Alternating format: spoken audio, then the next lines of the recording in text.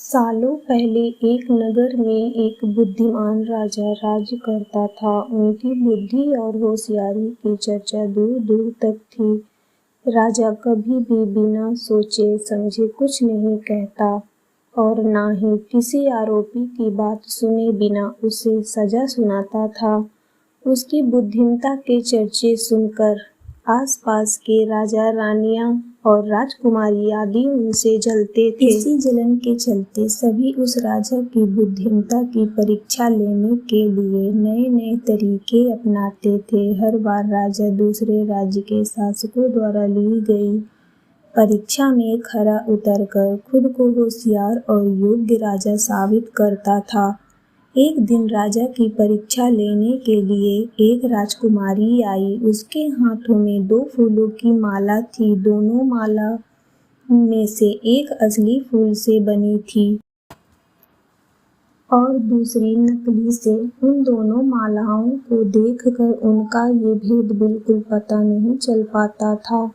इसी वजह से राजकुमारी ने राजा के सामने दोनों मालाएं रखकर पूछा, हे राजन, अगर आप बुद्धिमान हैं तो बताइए कि इनमें से कौन सी माला असली है। राज दरबार में बैठे सभी दरबारी माला को देखकर हैरान थे, क्योंकि किसी को समझ नहीं आ रहा था कि असली फूलों की माला कौन सी है। सभी इस सोच में थे कि राजा कैसे बता पाएंगे कि असली फूलों की माला कौन सी है।